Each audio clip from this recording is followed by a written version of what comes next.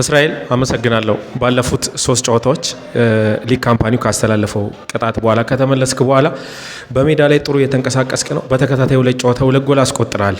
እንዴት አየው እያደረግክ ስላለው እንቅስቃሴና ስለ ቡድን? በመጀመሪያ ቡድኔ ካለበት ችግር በመውጣቱ በጣም ደስ ብሎኛል። በዚህም እኔ ጎሎቹን እያገባው ቡድኔን በመታደጌ እጅግ በጣም ደስተኛ ነኝ። ሜዳ ላይ ያለው ነገር ያው ትንሽ ጥሩ ጊዜ አላሳለፍንም። ከዛ አሁን ወጥተናል። ቀጣይ ያሉ ጨዋታዎችን በማሸነፍ ወደ ፊት ካሉት ለመጠጋት ነው ሀሳባችን። ምናልባት በቅጣት ምክንያት አልነበርክም ጨዋታዎች ላይ። ባልገባህባቸው ጨዋታዎች ምን ቁጭት ፈጠረብህ? ብገባ ኖሮ የሚል ነገር ውስጥ አላደረም? አዎ ያው ማንኛውም ተጫዋች ቡድኑን የመርዳት ግዴታ አለበት። እኔ ደግሞ እዚህ ከልጅነቴ ጀምሮ ያደኩበት ክለብ ነው። ባልገባባቸው ጨዋታዎች ትንሽ ውስጤ በጣም ፊል አድርጎ ነበር። ትንሽ አዝኜ ነበር ቡድኔን ብረዳ ብዬ። ከቅጣቱ በኋላ በመመለሴ ቡድኔን በሚገባ እየረዳው ነው ብዬ አስባለሁ። ከዚህ በላይም ለመርዳት ነው ማስበው።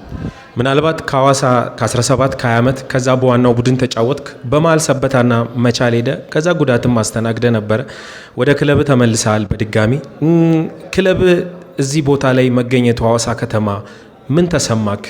ላለመውረድ እየተጫወተ ነውና ባለፉት ዓመታት ከላይ ሆኖ የሚያጠናቅቅ ቡድን ነበረ። አሁን ግን ታች እየተፎካከረ የሚገኝ ቡድን ነው። ምን ተሰማ ባጠቃላይ?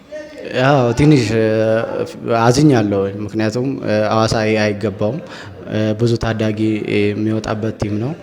ሲኒየሮች ያለፉ ለናሽናል ቲም የሚያቀርብ ቲም ነው። ዛሬ ላይ እንዲሆኑ ስታይ ትንሽ ታዝናለህ። ከዛ ደግሞ አሁን ላይ ካለበት ስጋት እየወጣ ስለሆነ እኔ በጣም ደስተኛ ነኝ። ምናልባት ባለፉት ተከታታይ 3 ጨዋታዎች ላይ ጥሩ እንቅስቃሴ እያደረክ ነው። 2 ጎሎችን አስቆጥራል። ባለፈው ቡድናችሁ ሲያሸንፍም የአሸናፊነት ግብ ያስቆጠርከው አንተ ነህ። ቀጣይ ወደ አዳማ ነው ሊጉ ሄደው 6 ቀሪ ጨዋታዎች ይቀሯቸዋል። የመጨረሻው ነው ዛሬ የሐዋሳ ቆይታችሁ። በአዳማስ ምን ታቅዳለህ ከክለቡ ጋር? ያው በመጀመሪያ ክለቤን ነው ማስቀድመው። ክለቡ ካለበት ችግር በደንብ መውጣት አለበት። ሲቀጥል ደግሞ አዳማ ስንሄድ እያንዳንዱን ጨዋታ ለማሸነፍ ነው የምንሄደው። ምክንያቱም የመጀመሪያውን ጨዋታ ስናሸንፍ ወደፊት እየተጠጋን ስለምንሄድ ለኛ ሁሉም ጨዋታ የዋንጫ ጨዋታ ነው። እስራኤል አመሰግናለሁ።